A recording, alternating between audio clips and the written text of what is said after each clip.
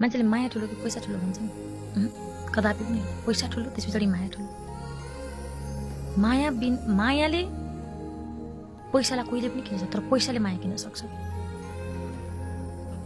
बुझ्नु त्यही भएर पैसा सबै थोक हो पैसासँग केही कम्पेरिजनै छैन संसारमा हामी जे चिजको हामी दौडिरहेकै पैसाको लागि अहिले हामी यहाँ बोलिरहेछौँ नि तपाईँ बिना फकरमा पैसा फेरि पैसा तपाईँ मसँग बोलेको हो पैसा नहुनु भयो तपाईँले आफ्नो यत्रो स्टुडियो सेटअप गरेर यहाँ यो माइक राखेर तपाईँले मलाई यसरी बोलाएर बोल्थ्यो त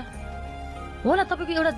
मान्छेप्रति एउटा राम्रो सोच पनि होला होइन विभिन्न व्यक्तिका कुराहरू धारणाहरू समाजमा ल्याउँ एउटा राम्रो काम गरौँ एउटा राम्रो आफूले गर्न सकेको गरौँ भने तर यसको पछाडि एउटा स्वार्थ पनि त छ नि त यो मार्फत त तपाईँलाई पनि त पैसा आउँछ नि होइन युट्युबमा हेरेमा चाहिँ पैसा आउँछ भनेपछि अभियसली भनेपछि मेन एम तपाईँको के थियो त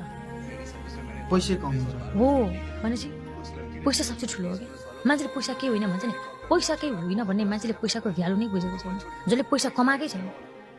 घरबाट बाहिर निस्केर पैसा कमाएर देखाऊ होइन सङ्घर्ष गरेर देखाऊ पैसा कमाउनु सिक अनि थाहा हुन्छ पैसा भनेको के भन्ने